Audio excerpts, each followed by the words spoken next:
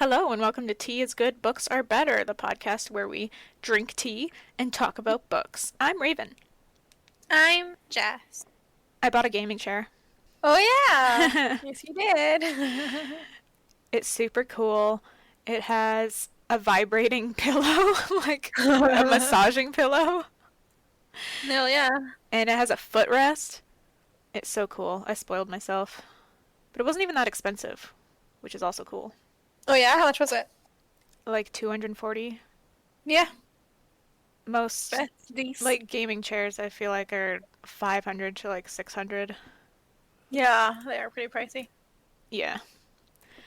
But it's super nice and I can like lean back while I'm like doing stuff now. The old chair I had was like a small plastic one from IKEA Yeah. and it like wouldn't roll and the back was like super short, so anytime I tried to lean back on it, it would like dig into my spine. Ew. I would get backaches from sitting in that chair. And obviously I've been sitting in the chairs a lot more Yeah. often in quarantine, so yeah, decided to invest in not breaking my back.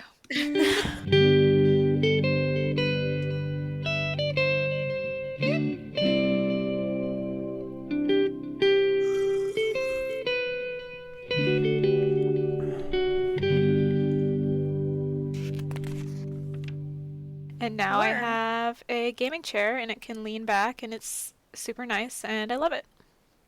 Hell yeah. How is the vibrating pillow? Um, it's nice. It makes me itchy because it brings all the blood to the surface, I guess.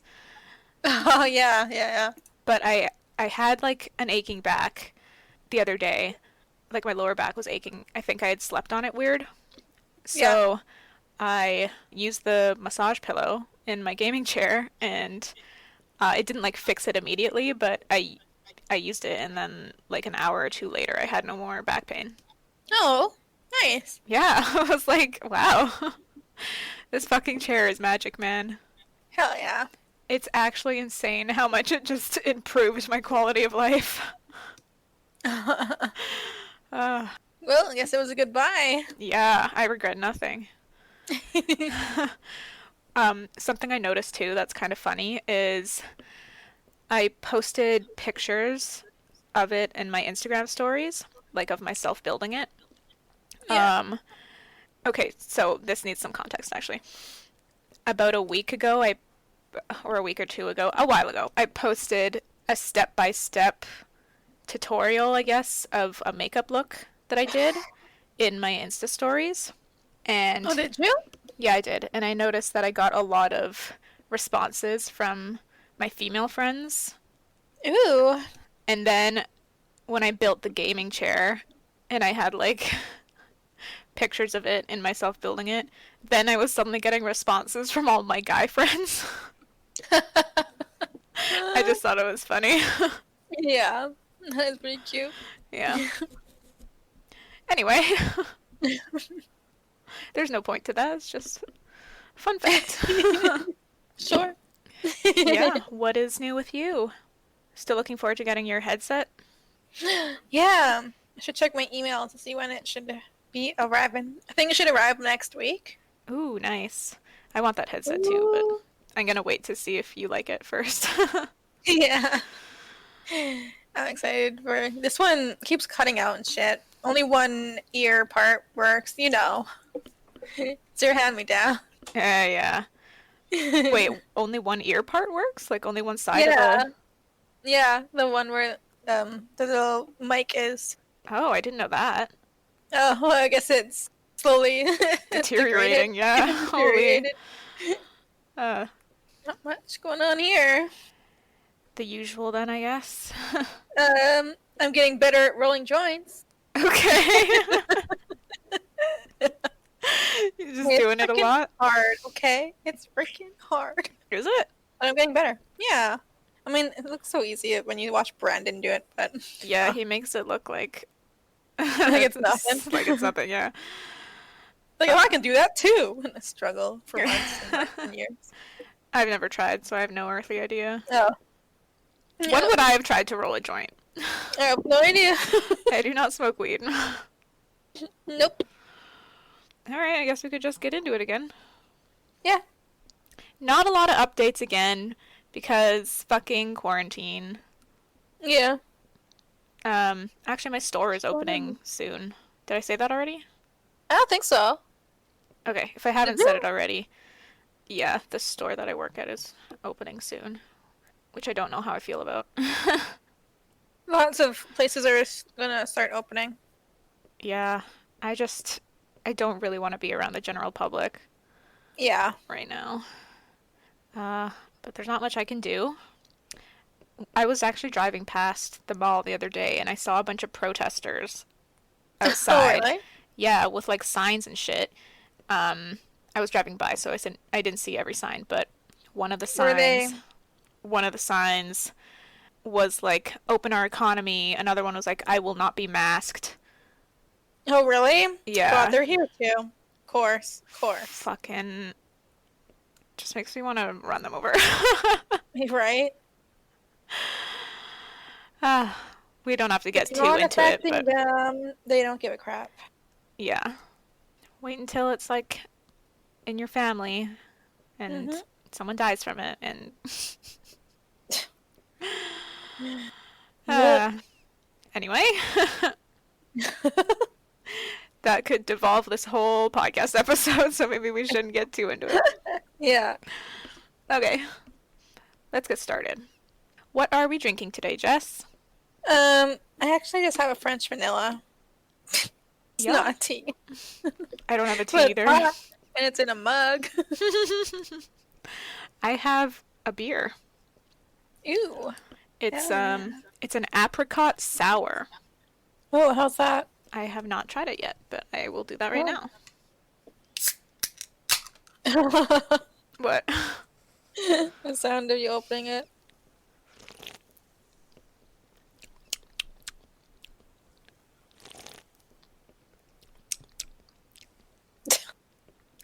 Yes, and It's pretty good. I don't taste any apricot. It just kind of tastes like sour beer. beer. It's good. I like sour beer, but most sour beers have like a flavor. And this one, I guess, is apricot flavored, but I don't taste the apricot. So Huh, it, I it guess just tastes like sour beer. because it's just a muted flavor. I guess so. Amazing. Just Well, I kind of think all drowned by the beers do. beer. It's not bad though. Does apricot have a strong taste? I don't think so. But you think they would like try to amplify it in the beer. Yeah. Otherwise, how could you claim that it's apricot flavored? Right. Exactly. It's pretty good though. I like it. All right. Where did we leave off our characters, Jess? At the Fist of the First Men, Ghost leads John to a bundle of dragonglass blades and an old war horn wrapped in a cloak of a brother of the Night's Watch. Jojen tells Bran of a dream where the sea comes to Winterfell and many people drown. So Roderick comes back with a prisoner called Reek, and he and Meister Lewin discuss the Reapers pillaging the fishing villages. Jojen later tells Bran that he dreamt of Reek skinning Bran's and Rickon's faces. Dun, dun, dun. After learning the Tyrells have fled Storm's End, Tyrion and the Council send Littlefinger to secure a betrothment between Marjorie and Joffrey. A betrothal, I think. Betrothment Probably. sounds weird. If that's what you think, then it must be so. I can claim to be educated now. All right. Chapter 37 is Theon. Theon, ooh. Ooh. See what's going on over here. After pillaging another village, Theon talks to his uncle Dagmar Cleftjaw. His uncle and what do you call them? Wiggling fingers. What? Rotation fingers. The fuck are Because you he's talking not- about? And his uncle is in quotation because he's not really an uncle. Oh, But he calls him uncle. gotcha. Okay. Yeah. Dagmar Cleftjaw in private. He talks to him in private. I skipped a lot of like the beginning. Uh, Basically, they pillage a village, kill some people. I was just gonna say, like, it feels like you skipped a lot. I did. I did. I felt, Yeah. eh. I thought that stuff was kind of important. Did you? Oh shit. Yeah. Okay. Well, he villages this village with his friends. I think he recognized the mayor or someone who was in charge as someone he knew. He was screamed at him the entire time that he was Uh, a traitor. was that Tallheart? Benfred Tallheart? Yeah.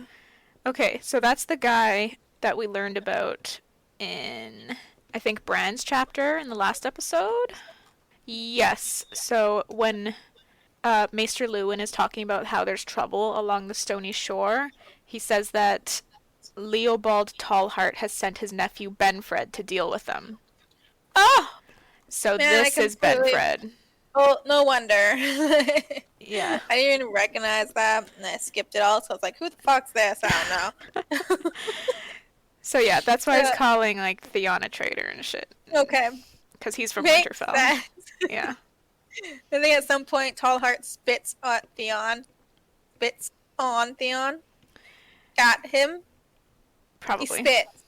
Um, and his actual uncle Aaron, the priest guy, doesn't like this and is like, "You need to kill him right now. He just spat on our god." And Theon's like, wants to question him, but doesn't want to be a wimp in front of his Viking friends. And Then my then memory. he or someone else like drowns Tallheart. Okay, I thought that was like after that, was, like something like maybe he kept him alive a little bit longer, but I suppose it goes a few pages after that. They like drag him off somewhere to drown Yeah. him. But the reason I thought this was important was because we're getting some signs of Theon's state of mind during these moments. Like where he's at about betraying Robb and Winterfell and stuff. Because I've been Yeah. this whole time, like every Theon chapter that he's been with the Ironborn, I've been like, I can't get a sense of like how he feels about this and blah blah blah. And finally, I'm getting a sense of how he feels about it at the beginning Yeah. of this chapter. Yeah, because he's sickened by the thought of watching Tallheart be drowned. Yeah, And remember that. like, ask yourself, why would this bother him? He's watched several men die before and like laughed at it. So it's either the drowning that disturbs him, or he has some feelings of guilt. And I don't buy that watching someone drown would bother him, considering he's played soccer with a man's severed head once. Like, what's so disturbing about Yeah. drowning if he can kick around True. a man's severed head? True. Another Yeah. another indicator of Theon's guilt that he's feeling is that he's starting to reminisce as well. He's thinking about his travels with Ned from years past. And he also refuses to loot the bodies of the dead Winterfell men Yeah. because of what Ned would think. He's like, what would Ned think of me now? Absolutely. Yeah. So I thought that was finally like getting some answers for these questions I've been asking for several chapters. Very nice, Raven. Thank you. All All right. right, go ahead. Tallheart is drowned, and after that, Theon goes to talk to his uncle, Quote unquote uncle. in quotation, Yeah. Dagmar Cleftjaw. Theon starts out by saying that no one trusts him, that he needs to prove himself to his father, because he's still very insulted that he is only pillaging and not taking things like Asha is taking a castle. And he wants some glory for himself. Like he thinks bitterly that how she's gonna get songs written about her, and like he's not gonna get anything. They're all gonna forget about him and his part. So like he really, really wants to get his name in there. Mm-hmm. He wants some goddamn respect. I am Theon, and I need some goddamn respect. Yeah. That's not how you get respect, man. Demanding it. And I feel like Dagmar, he just listens politely. He seems like a pretty chill dude. Letting Yeah. him bitch and moan about not having respect and how he needs to get it. Yeah. Dagmar has an interesting description. Oh, yeah. Did Uh, you write it down? I did not. Okay, because But I I had some remember it. trouble picturing it. Yeah, if you could give us a rundown of what he looks like. So, his name is Clefjaw because apparently when he was a kid, he was hit in the face with an axe and has 4 lips because the axe went right through his mouth. And I think it cleft jaw, like it goes through his palate as well, like the top part of your mouth. Yeah. So like he's missing the teeth there. Oh, he's And missing his teeth. Yeah, I think it described as having like a big gap there, and 4 lips where it was split. And I bet he looks pretty hideous. I wanted you to do a drawing of it. I'm not good at drawing faces. Because I'm like, this sounds so crazy looking, and I love all your little drawings that you do. So, Okay, I get to my very freaking best. yeah, but I need to see this. human faces. I'll post it on the Patreon or something. I don't recall his hair, so beard, right? He has a beard. Ooh, and the scar has no hair growing on it because hair doesn't grow on scars. Scar Right. tissues. Right. What the hell happens as a kid that gets axed in the freaking face? That is a really good question that for some reason I didn't ask myself. And how in the F did he survive? Is what I want to know too. Yeah. Can you Maybe imagine surviving that with no medical attention? that's probably why he looks so fucked up. Yeah. And I bet, yeah, that was very painful and the corona's got Johnny, eh? No, it's the stoner lifestyle. Oh. Okay. Enough about Cleftjaw. Go on. Oh, right. Theon wants to send the rest of their party raping and pillaging with his uncle Aaron, I think. His Yeah. priest uncle, actual uncle. While he and Dagmar's crews take some horses and ride inland, Ooh. which confuses Dagmar because they're freaking Vikings. They don't leave their boats. Also, it's like against what The old way? Balon ordered. Oh, yeah. And Dagmar mentions that, but Theon's like, who cares? Aaron can do that. Theon insists that pillaging is insulting for them because they're so much better than that. He's like really like, he's like sputtering up Dagmar. Yeah, like buttering him up, like kissing his ass. Yeah, I'm like saying like he's a great warrior and so am I. Yeah, and he's like, you deserve more glory than this. Yeah, and he's like, like we shouldn't be like doing this. It's insulting. Mhm. They deserve greater glories together. They deserve this. Okay, Theon promises Dagmar that his father will thank them and that there will be many songs written about them. Okay, Theon, And priorities. then he like mentions like a song that Dagmar had written about him like years ago, and like Dagmar really liked this, so this like really piqued his interest. This song was about him getting axed in the face. Fuck! How did I miss that again? This is what I get for reading high. Jessica! Turn it somewhere up. God, Yeah, as it a was- kid? It was a song about him getting axed in the face that he like really likes every time he hears it. Man, he sounds like a real chill guy. Yeah. I think I like this character. Yeah. Dagmar is interested, and he asks what the plan is. Theon wants Dagmar to march onto Torrhen's Square, and to make them hide in their keep at their approach, because their main forces are going to be with Robb, so they will be very few left, Right. and will not be meeting them. He wants Dagmar's crew to camp outside their walls and to build catapults and siege engines. Dagmar reminds him that that's not the old way, that Iron Man fight with swords and axes.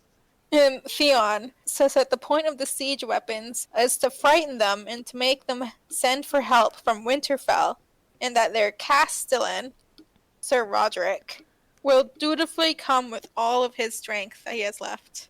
And Dagmar is like, what the fuck? It's like how am I supposed to take Torrhen Square with these two armies coming at me? Yeah. And Theon is like, it's not Torrhen Square that he wants to take. Oh shit. Oh shit, looks like someone's dream. Someone's dream's coming. Yep. So Theon means to take Winterfell alone? I think so. I think that's what I understood. Like, he wants Dagmar to go distract Torrhen Square, and then he and his crew go. Yeah, because he's leaving everyone else to keep pillaging, like, on the shores. He wants Dagmar to go to Torrhen Square and, like, besiege the castle to get the rest of Winterfell's army out of Winterfell so that he can go take Winterfell by himself. So the glory goes all to him. Swindled. Yeah. Like, it's not a bad plan, but, like, Theon, you're a fucking idiot. He's a dumb fuck. He just... yeah. Cares too much about glory. Yeah, that's what it's all about. You know, he kind of reminds me of Sansa in that way. Who wants the songs Being, like, written about him and naive. shit? Yeah. Yeah. He seems pretty naive. Cares He's too much about that stuff. just, like, such a big ego. It's the most important thing to him right now. Yeah. They'll So, bash that out of him soon enough. Ramsay will. Ooh. Ah. What? Ooh. He's going straight into the hands of Reek. He is. God, everything's coming together. It is. Pretty different from the show, though. Yeah, it's very different from the show. That's why I'm like, what the fuck is gonna happen? Yeah. Pretty cool. Pretty intriguing. Mm-hmm. Is that it? Is that the whole chapter? Yep. All right. Chapter 38 is Arya. Ooh. Here we go. Tywin Lannister is marching at last, and the castle is in full preparation mode. Men loading wagons, smiths fixing swords and armor, etc., etc. Sir Adam Marbran is the first captain to depart. He goes a day early, but it doesn't explain why. Anyway, Weiss says Sir Adam is a great horseman and sword fighter. Arya hopes he dies. She had overheard that they're going to fight Robb, and learned that he won some great victory in the west. Some said he'd burned Lannisport, others that he'd captured Casterly Rock and killed everyone there, and others thought that he is besieging the Golden Tooth. So Arya herself isn't sure exactly what's true. Weiss has Arya running messages from dawn to dusk that day. Sometimes she is even sent beyond the castle walls, and she strongly considers running away, but she remembers Weeze's threats. He says that if anyone tries to run, he will cut off their feet. I think he's going to send them to someone who will cut off their feet. Yeah. I guess it would be more accurate for me to say he will have their feet cut off. Weeze never imagined Arya could read, so he leaves the messages he gives her unsealed, and Arya peeks at all of them, but there's never anything juicy. One night that she is delivering a message to can't read, so she tells him what the letter says, and he tries to hit her. Classy. Oh. But she ducks and snatches his fancy drinking horn before fleeing. That's awesome. She gives the horn to Weiss, who is delighted and even promises to reward her with a plump crisp capon, which is chicken, apparently. Yeah, man, I was reading it capon. It could be capon. Here, I could look it up. Capon. Capon. It's capon! Oh. What you said? No, Is that I was how you wrong too. pronounced it? Oh. Okay, let's see. Everywhere Arya goes, she searches for Jaqen Hagar. She wants to whisper another name to him before everyone she hates marches out of the castle, but she can't find him anywhere. She eventually asks a gate guard who tells her Lorch's men won't be going to battle, they're staying to hold the castle. The Mountain, on the other hand, is leaving with Lord Tywin. He will command the vanguard, which means that Dunson, Polliver, and Raff will all be gone unless Arya can find Jaqen and have one of them killed before they leave. That afternoon, Weiss sends Arya to the armory to get a new sword for Sir Lionel from Lucan, who is the smith, I believe. And he gives her a piece of paper with Sir Lionel's mark on it. So Arya heads to the smithy, where she spots Gendry. And Gendry is looking hot and sweaty and sexy. My thoughts, not Arya's. Arya asks Gendry for Lucan, but he drags her aside and tells her Hot Pie was questioning whether Arya said Winterfell during the battle back at the Holdfast. Arya denies it, but Gendry says he heard her say it too. He tells her that he told Hot Pie that that's not what she said, that he misheard, and that Arya was actually yelling "Go to hell." Yeah. Good save. Yeah, good save, because it rhymes with Winterfell. So Gendry says that if Hot Pie asks her, she better say the same, that she was saying "Go to hell." When Gendry leaves to grab Lucan, Arya briefly considers saying Hot Pie's name to Jaqen. My god. I guess she can't have anyone know who she is, especially not Hot Pie, who's a blabbermouth. Yeah. Lucan gives Arya the new sword, and she bounces. It's much heavier than Needle, but she likes feeling steel in her hand again. It makes her feel stronger. Arya thinks about going to the stables and telling them Sir Lionel wants a new horse, while using the paper with his seal on it. She could take the horse and sword and ride out the gates. If the guards try to stop her, she'll just tell them she's bringing everything to Sir Lionel. But she knows that if they questioned her further, that she would blow it. And Weiss would cut off her feet. Weiss appears suddenly and takes the sword, smacking her for being too slow, which makes her bite her tongue and bleed. He tells her to head to the brew house to deliver another message, and tells her to hurry or he'll beat her bloody. Arya decides right there and then that he'll never hurt her again. She heads off and runs into Rorge on her way to the brew house. He's one of the prisoners that she saved with Jaqen. He calls her Yoren's little cunt and makes plenty of gross remarks about how Yoren must have done things to her, and that's why he was keeping her around. Gross. Yeah. And Rorge is like, didn't I promise to fuck you with your stick? Like, where's your stick? And, like, he's being super gross and a massive asshole. Yeah. Arya asks him where Jaqen is, and suddenly he seems frightened. He tells her that Jaqen is in the bathhouse, and he hurries off. Why is he so scared of Jaqen H'ghar? I'm pretty sure he must have intimidated him somehow. Yeah. It makes me wonder if Rorge knows Jaqen, because he's, like, kind of ghostly, and he shoved that guy off the wall, right? Or whatever it was. Yeah. Yeah. Like, Rorge must know something. Interesting. I think so. Especially since they were in the jail cells together under King's Landing. Right. But he didn't seem afraid of Jaqen when they were, like, locked up together. No. So it must be something recent. You're right. Maybe when they escaped. Did you say that? I suggested he could know that Jaqen killed Chiswick. But I don't know. That doesn't feel right to me. The way that Reek being Ramsay feels right from the last episode. It doesn't feel right. Okay. But I'm speculating. Anyway, Arya sprints straight to the bathhouse and whispers Weiss into Jaqen's ear. There's a serving girl there, so Jaqen passes off Arya's request as a summoning by saying out loud that he will attend his lordship at his leisure. So Jaqen is big-brained. There's also a cute moment where he, like, splashes water at her to kind of dismiss her, which is cute. I like that. I like that too. When Arya delivers the message to the brew house and returns to Weiss, they have a supper of some, like, shitty, thin stew. Weiss is sharing his capon? Fuck. Capper? Caper? Capon. Capon. Oh shit, you drew the picture. Of Dagmar Cleftjaw. Ah, gross. It's awful. I love it. So Weiss is sharing his... Fuck, I forgot how to pronounce it already.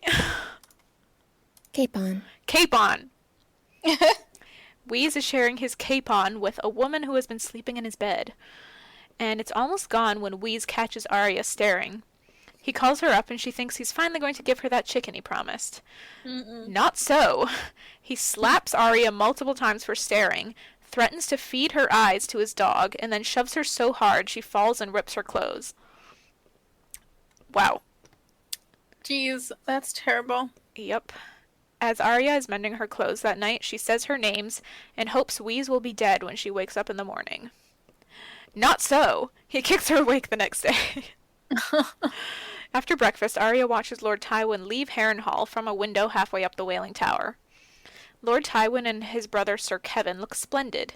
They have 4 standard bearers with huge Lannister banners, and are followed by their great lords and captains with all their own house banners. Last is Gregor Clegane riding beside Polliver.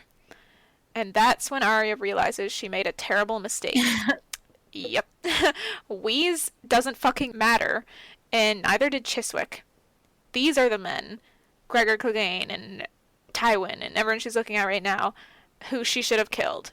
She should have said Lord Tywin to Jaqen. Yeah, Arya. You Yeah. stupid. What the fuck? So Gregor Clegane, like, gee. Yeah! But maybe it's not too late. Maybe Arya can track down Jaqen quickly and tell him she's changed her mind. Arya runs down the stairs, but then hears a shriek of fear. There's a crowd gathered just outside the Wailing Tower. Arya pushes through to see Wheeze sprawled across the ground, dead, his throat torn open. His dog is drinking the blood from his neck and biting chunks out of Wheeze's face. What a beautiful sight. Someone shoots the dog dead with a crossbow. One man mentions that Wheeze had that dog since it was a pup. Another says this place is cursed. Arya looks up then to see Jaqen H'ghar leaning casually up against the tower. When he sees her looking, he lifts a hand to his face and lays 2 fingers against his cheek. Damn, he's so smooth and cool. Yeah. I love Sounds like- Jaqen. Sounds like he has like a little fan. He has fangirls too. Oh. He's like apparently like really like charming and such. Yeah. And like handsome, and he's got all that good shit. Yeah. Yeah, that's basically it. So did Jaqen do something to the dog to get it to attack Wheeze? I don't know. I thought maybe Jaqen possibly killed him, and then the dog just went after the blood. Yeah. Maybe. But what was the shriek about then? Did someone just find him dead? I thought it might have been him who screamed Wheeze Oh. when he was slashed in the throat, but then died. I'm like really trying to figure out the logistics of this. Like, because Jaqen wouldn't really be able to get away with it just like being out in the open. Right? Like there's a million other people around. Yeah. Well, he pushed that one guy. Off the tower at night when he was drunk and Oh, stumbling was it around. Okay. Yeah. Hmm. This is during the Wow. day. Yeah. It's outside the Wailing Tower, so there's gotta be a billion other people around. So I'm like, how the True. fuck did he do this? Unless he somehow hypnotized the dog to, like, attack his owner. I don't Yeah. know. Hmm. Because there is that one guy who's, like, super shocked, and he's like, Wheeze had that dog since it was a pup. Like, I can't believe this. And is that just because it's drinking out of his neck, or is it because he saw that dog do something else? I think everyone was under their impression that the dog killed Wheeze. Yeah. The dog was also taking a few bites off of his face. Yeah. So I guess my question is that, is just seeing it, like, drink from his neck enough for them to be like... I mean, I guess, yeah, if they're assuming that the dog killed him, then yeah, it makes sense for them to be like, what? What the fuck? I'm curious. I wanted to see it. Also, yeah, Arya fucked up hard by not killing Tywin or the Mountain. Right. How could she be so dumb? I thought she had a brain. I'm actually really disappointed with her. Same. She's thinking with her heart, not her brain. Yep, with her emotions. Yeah, exactly. The deaths of Chiswick and Wheeze were both very impulsive and based on like her own personal rage against them. Yep. She's still a kid, I guess. Yeah, letting her emotions control her, but that's no good, Arya. You fucked Nope. up. Yep. I feel like Jaqen also like kind of knows she's fucking up too. I don't I don't know what I have no evidence to back up this feeling that I have at all. That's just a feeling I have about his character that he would just be like, "Really, you want to kill Chiswick and Wheeze? That's who you want to pick?" uh, Man. well, that's that. That's Arya? That's Arya. Fuck, how different things could have been if she had picked some smarter names. Yeah. This war would have ended. Yeah. Well, I don't know if it would have ended, but things would definitely have changed course. Yeah. I feel like it would have Rob What? like Rob would like have a better chance without Tywin in the picture. A lot of things would have been different if Tywin wasn't Yeah. in the picture. Okay. Chapter 39 is Catelyn. God. When they are 2 days' ride from... This was a long chapter. Yeah, it was. And, like, not super interesting either. So, strap in, everyone.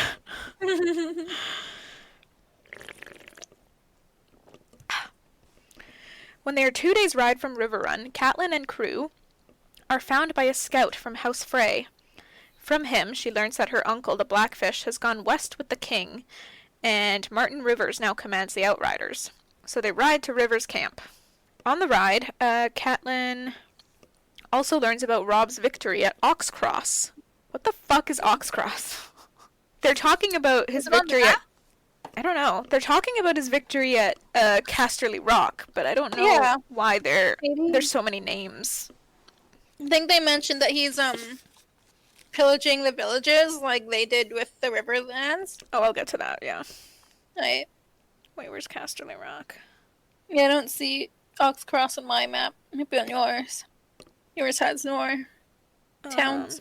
Okay, there's Casterly Rock. I see no Oxcross. Mm.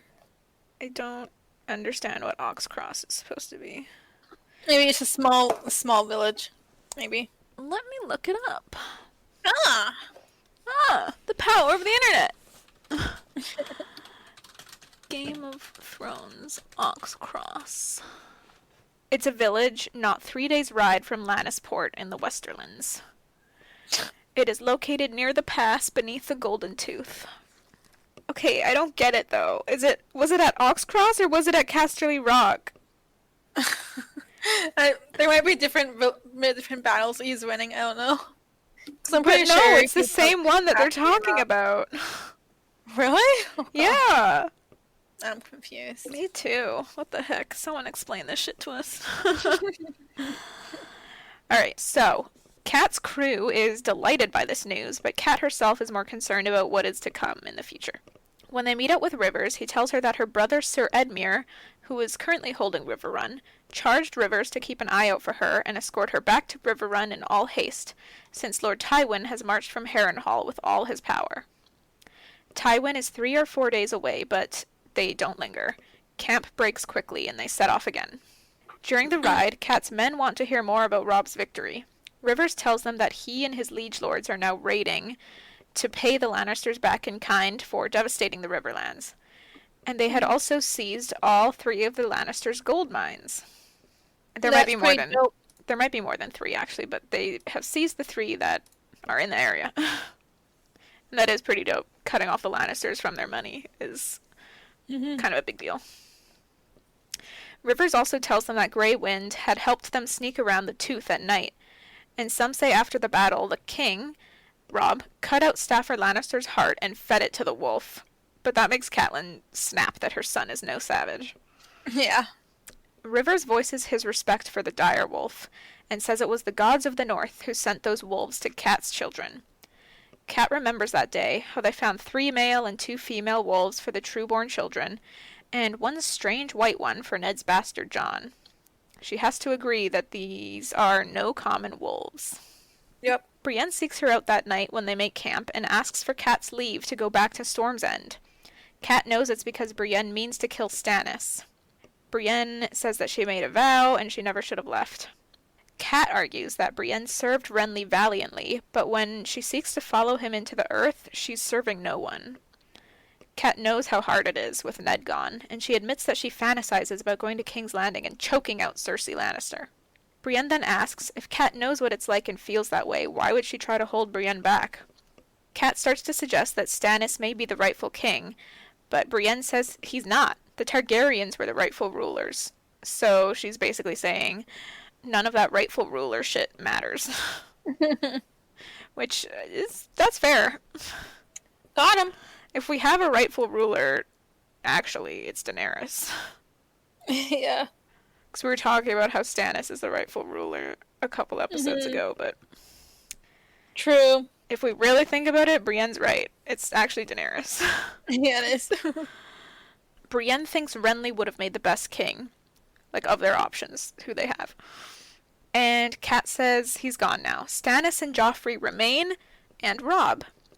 Kat asks Brienne to fight for the living, not the dead. Renly's enemies are Robb's enemies, so that's kind of Kat's backwards way of asking Brienne to fight for Robb. Brienne says she doesn't know Robb, but she would serve Catelyn if she will have her.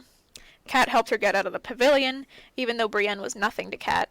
Kat thinks to herself that she might have done that just because she didn't want to be the only one who knew the dark truth of what happened there. Being honest with herself. Yeah. Kat says she has never taken a lady like Brienne into her service before. Kat is no battle commander. Brienne agrees, but she says Kat has courage, a kind of woman's courage. What do you think that is? Definitely not fighting. Yeah. But I think she, like, Kat's level-headedness when, like, all the chaos happened. Mhm. Rescuing Brienne, basically, and getting them the fuck out of there. Mhm. I think that's what she's basing her idea of Kat's courage. Maybe learning a little about her son and how she's doing everything for, like, acting as envoy and shit. Envoy, yeah. Like, doing what she can in a man's world. Yeah. Yeah, I would agree with that. And also just like the kind of strength that Kat has exuded when it comes to dealing with her grief for Ned and not having her daughters around too. Yeah. Like despite all this shit that's like happening to Kat, like she's lost her daughters, she's lost her husband, etc., etc. Mhm. She's still able to like have that level-headedness and think logically. And did I just gain some more respect for Catelyn?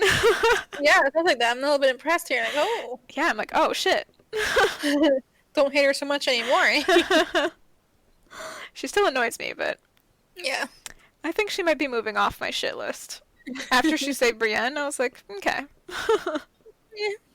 Okay. Okay. Brienne just asks that Kat not try to hold her back when the time comes to face Stannis. Kat thinks about Stannis' threat to Robb and agrees. Brienne then makes her oath of service to Catelyn Stark.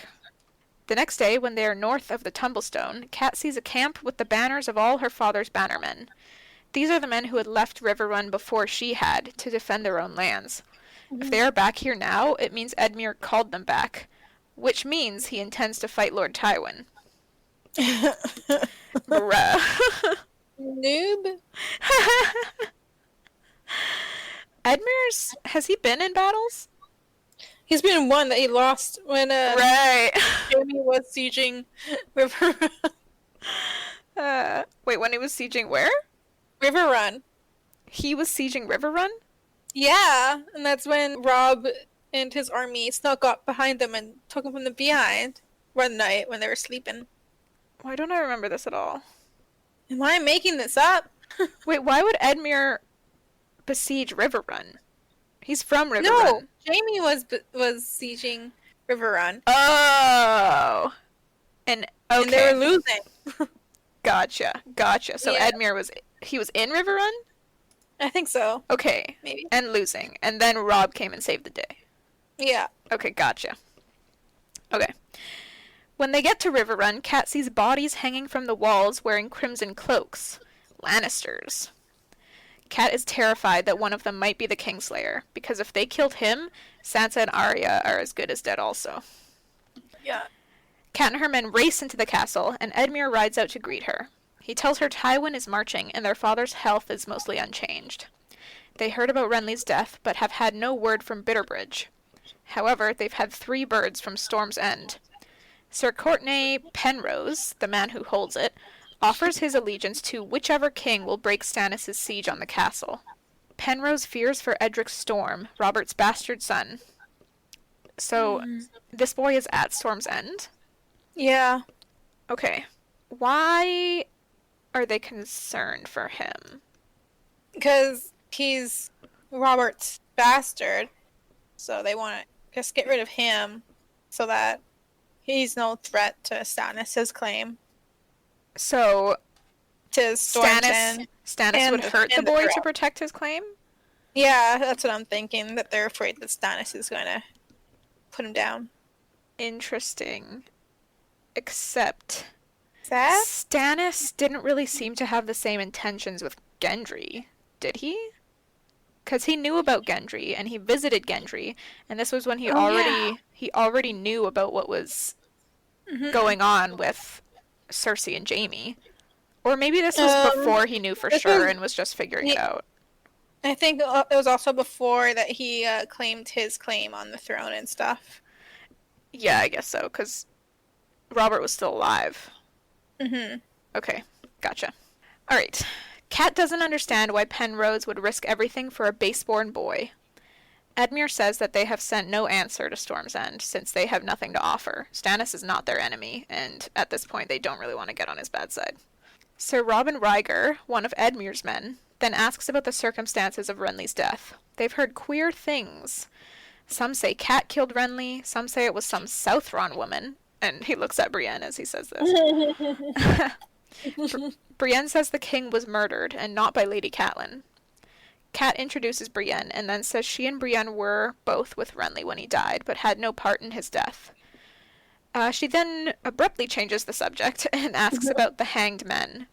Edmure says that they came with Sir Cleos when he brought the queen's answer to their peace offer. Kat is shook that they killed envoys. Mm-hmm. But Edmure says they were false envoys. They tried to free Laimie.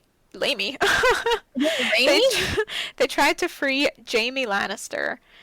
And weirdly, they even had some kind of mummer with them who could mimic Edmure's voice.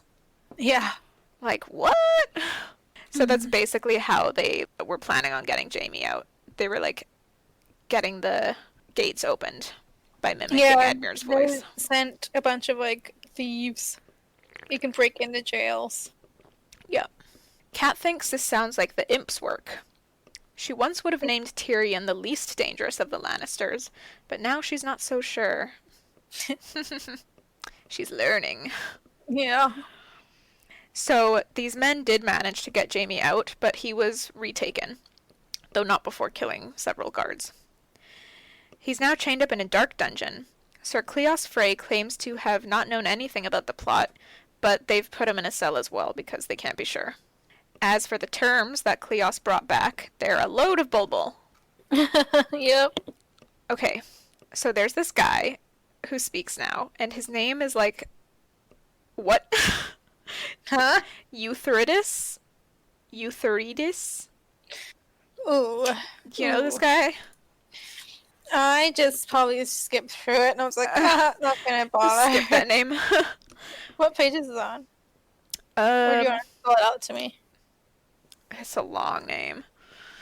Utherides. How do I say that? Eutherides? Eutherides? Theodis? Oh, that sounds good. Eutherides? Okay. Yeah, that can be it too. Eutherides Wayne. Yeah, that sounds good. Mm-hmm. Okay. What the fuck kind of name is that, though? Exactly. Who are you? I am Eutherides Wayne. Her father's steward. Yeah, he's Kat's father's steward. So, Eutherides Wayne asks if they can expect any help from Lord Stannis. Stannis is the one who accused Cersei and Jaime of incest, so Lord Tywin will want to eradicate him. Stannis has no choice but to make common cause with Robb, right? Mm-hmm. But Kat thinks that Stannis has made common cause with something greater and darker. She doesn't. Yeah. Yep. Yep. She doesn't want to speak about it right now, so they head into the castle, and Kat sees that there are hundreds of small folk in the castle, people of the Riverlands. Kat thinks that they're a bunch of useless mouths, and Edmure is a fool for bringing them into a castle that might soon be under siege. Mm-hmm. How do you say it again? Eutherius? Utherides? Utherides? I I'm closed the page, yo. Man, I'm gonna call him Uther, alright? Uh-huh. Uther tells Kat that Robb instructed them to send her to the twins upon her return to help him select his bride. But Kat refuses. Robb wants her safe, but she has no intention of leaving Riverrun and her dying father. Edmure isn't happy about her staying, since Tywin is coming, but Kat says he's making for the west to defend his own lands. If they close the gate and shelter behind the walls, Tywin should pass and they'll be safe. But Edmure declares Tywin will not cross Tullyland unbloodied. Kat and Edmure go to the Godswood to discuss things further. Kat tells Edmure he doesn't have the numbers to face Tywin, but Edmure says he has a plan. Roose Bolton has men he can bring, and Helman Tallheart at the twins as well. Kat argues that Robb left those men to hold the twins and make certain Lord Walder keeps faith. But Edmure says he has. And that's just based on, like, what Walder has done so far, I guess. Mm-hmm. They also have Robb's betrothal to one of his daughters to make Walder keep his word, and 2 of his grandsons in Winterfell. Plus, Roose Bolton wed another Frey, apparently? He didn't already have a wife? No, his wife was dead. Oh. She was also a Frey? I don't think so. I think he recently married another one. Or he recently married a Frey or something. I don't know, I wasn't sure, because the way it, like, was written was a little confusing. I was under the impression that he married a Frey. Before? Yeah, part of, like, the pact thing to get across the bridge? Maybe I'm making this up. Oh, maybe. That would make sense. Okay, we'll go with that. The plan is, Bolton will take Frey's and Helman's men to retake Harrenhal. Then Lord Tywin will have no safe retreat. They'll have him pinned. Kat just doesn't know anymore, and she's tired, and she doesn't want to keep arguing. She wishes Edmure luck with the plan, and then goes to see her father. Lord Hoster Tully speaks to Kat as if she's Lysa. He's very sick and in pain and losing his mind. Mm-hmm. He's telling her that Jon will be a good husband. So he's talking about Jon Arryn, who was Lysa's husband. He then tells her not to speak of that other wretched boy anymore. And Kat doesn't know who this might be. Do you know who it is? I'm pretty sus. Pretty sus? Begin middle finger. Yeah, me too. Basically, it comes across that Lord Hoster Tully is, like, super disgusted by this other boy that Lysa has apparently been talking about. Mm-hmm. So, did Lysa want to marry Littlefinger before? Like, I know, like, she and Kat used to fool around with him when they were kids. And I think it was under the impression that Lysa might have done it more than Kat. Oh, and, like, maybe more gone into further? it than Kat. Yeah, like, I thought she was more into it than Kat was. Right. Okay. When Kat leaves her father, Maester Vyman follows her and tells her that he cannot keep the End at bay much longer for her father. And he suggests she sends for his brother, Sir Brynden, and Lysa as well. Kat knows Lysa won't come, but she will write to her anyway. Kat heads up to her chambers and comes across Uther again, with 2 of the Silent Sisters, which could only mean that Ned is returned. They take her to see Ned's bones, and all Kat can think is that this is not Ned. Yeah. It's what was inside him, but yeah, it's not Ned. She notices the sword the skeleton is carrying is not ice, and Uther says Ned's sword was not returned, only the bones. Kat supposes she must thank the queen for even that much, but Uther tells her to thank the imp. Kat tells Uther to have Hal Mullen escort Ned's bones back to Winterfell, but for now she wants to be alone with him. And that's basically it. Mm-hmm. There's, like, a lot of nothing. Yeah, just debriefing. Yeah, like, what really happened in this chapter? She makes it back to Riverrun, and Ned's Brienne bones are pledged returned. herself Oh, to yeah. Kat. That was the most interesting part. Yes, you're right. Brienne pledged herself. She made it back to River Run, and Ned's bones have returned. That's basically it. The rest of it's just a lot of hubbub. Just too much talking. Yeah. But, Yeah. I mean, I feel like this is... Remember what I told you about how plans are portrayed? I think I do. One of the things Yeah. I said is that if they tell you what the plan is before it happens, it's guaranteed to fail. Ooh. Yeah. So we know what Edmure's plan is because he spelled it out for us. Yep. So if we're going by these rules that I spoke of before, that means that Edmure's plan is going to fail, and he's going to get his ass beat by Tywin. I mean, no doubt. Yeah, he Yeah. seems too green. Like, not in a way that Rob is. Yeah, like Does Rob just have sheer dumb luck, or is he, like, pretty right? good? Trying to figure that out. Yeah. I feel like Rob really takes after his father. Like, he has the respect of his men, and they're like, straight up fighting for him. Yeah, Like I that? think that's a huge part of it, is that Yeah. Rob isn't surrounded by yes men like Yeah. Renly was. Yeah. Rob's men are genuinely, like, they would be like, no, that's a fucking dumb plan. We're not doing that.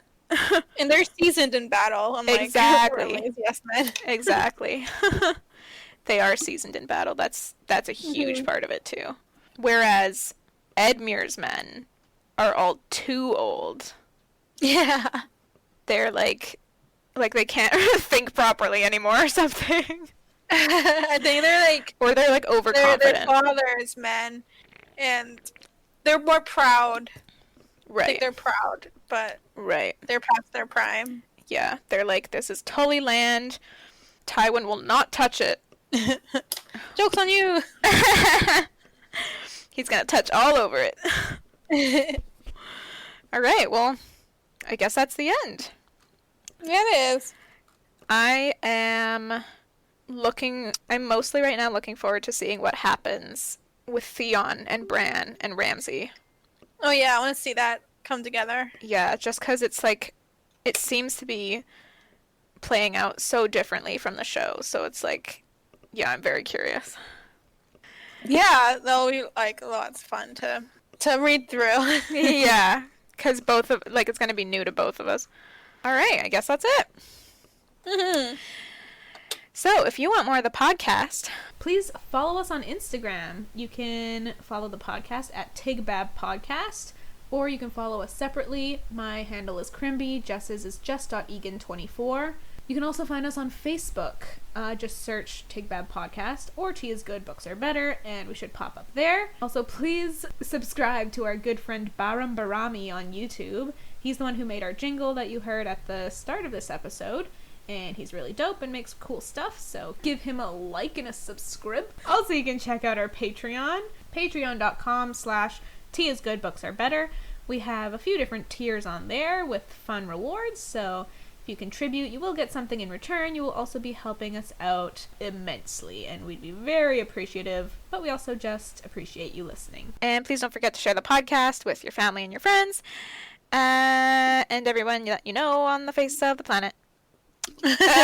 Please. Everyone. Yeah. Every single one. Every single person that you pass in the street, just like go up to them and, well, don't go up to them, stay 6 feet away, but tell them to listen to Tea's Good Books Are Better podcast. Hell yeah. Hell yeah.